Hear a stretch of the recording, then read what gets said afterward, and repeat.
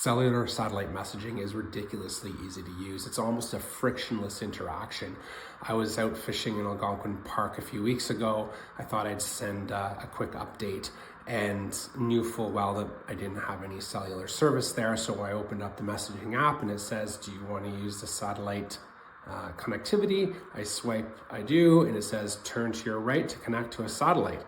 It connects, I send a message, I get a message back. It's as simple as that. It's really easy to use. So when this type of accessibility to satellite communications is available literally anywhere to anybody, and that becomes the norm, how are we, as those who are doing the responses to calls for help, how are we pivoting to be able to manage that? Because we're going to be having to do these calls over and over and over again.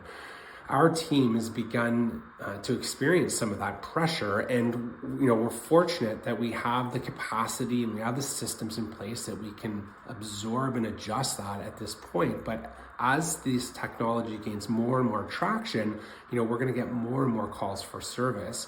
And that's something that everybody involved in wilderness emergency response really has to take notice of, because we have to start thinking about how are we going to be able to meet this growing demand and build more resilient systems to help facilitate some of these responses.